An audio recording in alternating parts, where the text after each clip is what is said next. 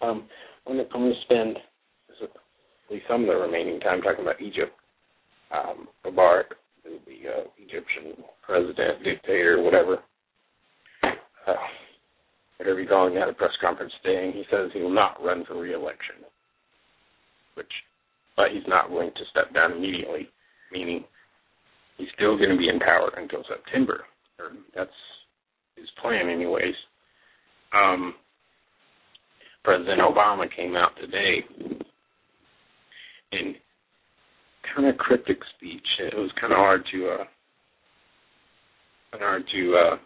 read into it, but it seemed like he said he should step down immediately. I was watching the Cenk Uygur show on MSNBC when the speech was happening, and when they came back on the other side, he had two guests. It was Chris Matthews and somebody else, and they disagreed whether he was saying that Mubarak should step down now or step down later. He's kind of cryptic and not very plain. And just another thought on that is, I wonder, of course, this goes with American exceptionalism and American imperialism and all that disastrous, terrible stuff. Why it matters to us. I know we have, quote-unquote, national interests there. But should our president have to have a press conference or decide to have a press conference over something going on in Egypt? Should that concern us? Should we take a side? To me, it doesn't make any sense for our government to be saying, well, we support this in the world and this in the world and this in the world. We're worried about our national interests. We're going to send a guy. He'll fix this. We're going to invade this country. And do this and this and this or whatever.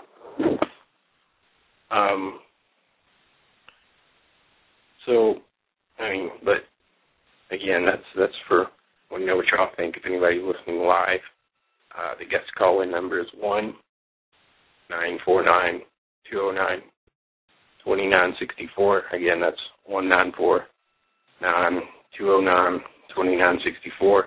If you're listening on YouTube, after I post it, comment and give your opinion. I'd love to hear it. Also, the King of Jordan, who's friendly with another ally of the U.S., he's been in America a bunch. He was on the Daily Show, I think during the summer, maybe. I remember he was on the Daily Show. The Queen or whatever was on Bill Maher's show. But today or yesterday, he fired his cabinet. He did exactly what Egypt did, which I think is silly. It's like saying, oh, they're pissed at me. Let me fire my government. And that just proves that you're in control and people aren't in control. You don't have real elections because you're a king. You appoint the government, you fire the government. The people don't have a real voice. They're also protesting now in Yemen and Pakistan. I think the Pakistani protests are much more interesting. They're protesting drone attacks. You don't know what a drone is. It's a Predator drone, and basically it's a machine that we send, and it's supposed to kill, quote-unquote, bad guys. But what the U.S., and this is not reported very much, but the U.S. is doing drone attacks in Pakistan that is killing innocent civilians. There's no reason to sugarcoat it. They're going in and innocent civilians are dying. Innocent citizens. Our machines are coming in and killing them. And we wonder why Middle Eastern countries don't look favorably on this. It's not because they're fundamentalist Islamic people. That may play a part in it, but a very small part. When the government is bringing machines in and killing your family, I don't think it matters what religion you are, what your overall belief system is. You're going to be anti whatever that government is that's sending the drones in.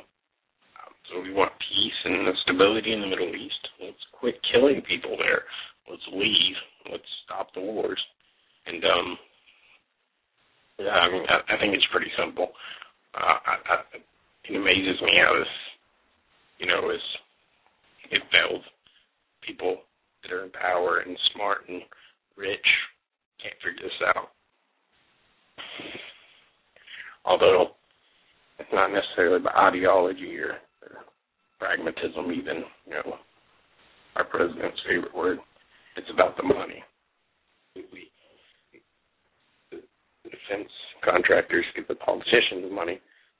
They turn around and give the defense contractors money. Like corporations like Blackwater and GE. When we go to war, a bunch of people get rich. And that's just the fact that people die, but few people, just a few, get really, really rich. They get the oil, they get the money from the contracts, and it's a bad system that we're in now, and we're stuck in it right now. And we're going to need real change. Also, if you look at Egypt, again, the Egyptian revolution, and you look at similarities here, maybe Egypt's income inequality, the difference between their rich and their poor, less than ours. The U.S. has a worse income inequality than Tunisia, who stepped up because they were upset with a small group of elites controlling everything, and Egypt, who's concerned about a corrupt dictator. Our income inequality is worse. We have a few people who control all the money, make all the decisions. So don't believe the hype about we're a democracy or whatever. It's just not true. A few people make all the decisions. We're living in an oligarchy.